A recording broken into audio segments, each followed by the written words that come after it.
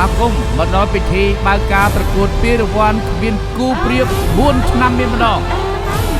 ក្រុមអមេបានចេញមកហើយ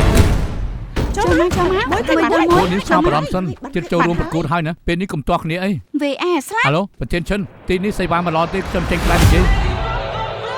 ក្រុមនឹងមានបញ្ហាច្រើនបើចង់ឈ្នះមិនមែនព្រឹកការទៅស្មារតីទេឆ្លាប់កាត់បានទេខ្ញុំ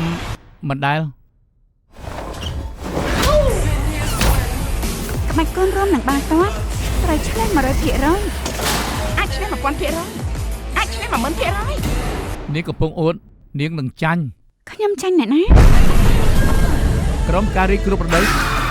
សុទ្ធតែបច្ចេកទេសខ្ពស់ក្រុមចលនាបុប្ផាគោខើជើងឯក7សម័យក្រុមទន្លេសាបកាន់តែខ្លាំង